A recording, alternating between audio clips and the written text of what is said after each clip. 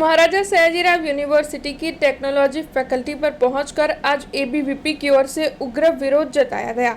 दरअसल एबीवीपी के अग्रणी और कार्यकर नारेबाजी करते हुए सूत्रोच्चार करते हुए टेक्नोलॉजी फैकल्टी मेन बिल्डिंग पर पहुंचे थे।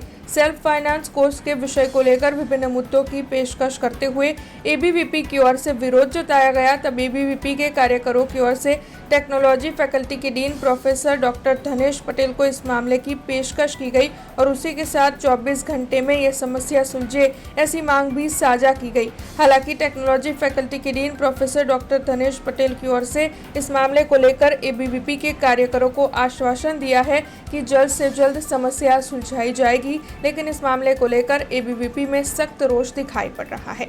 સૌપ્રથમ અમારી રજૂઆત એ હતી કે જે એમઆઈએસવાય સ્કોલરશીપ છે અહીંયા ટેકનોલોજી ફેકલ્ટીમાં હાલમાં જ સેલ્ફ ફાઇનાન્સ કોટા ચાલુ કરવામાં આવ્યા છે, જેના અંતર્ગત વિદ્યાર્થીઓને 1,05,000 રૂપિયા ફીસ પેડ કરી અને એડમિશન આપવામાં આવે છે એસીપીસી થ્રુ।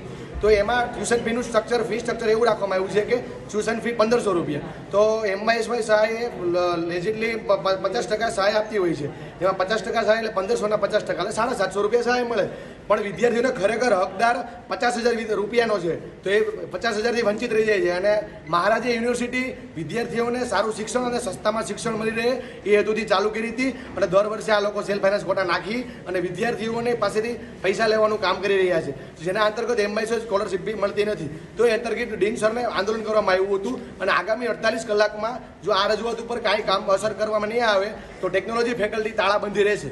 એમને જે સેલ્ફ ફાઇનાન્સ કોર્સની જે ફીસ છે એમાં જે અમારા નિયમ પ્રમાણે જે ટ્યુશન ફી છે એ ટ્યુશન ફીના લીધે એમને લાભ નથી મળતો એવું એમનું કહેવું છે।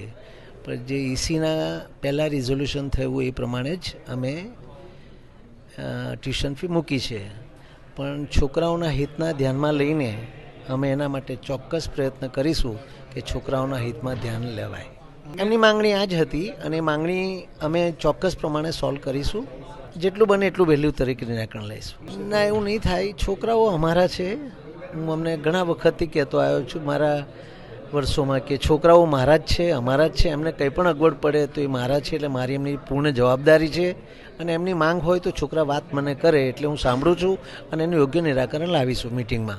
हमसे जुड़े रहने के लिए हमारे YouTube चैनल को सब्सक्राइब करें और नई वीडियो की नोटिफिकेशन के लिए बेल आइकॉन को दबाएं।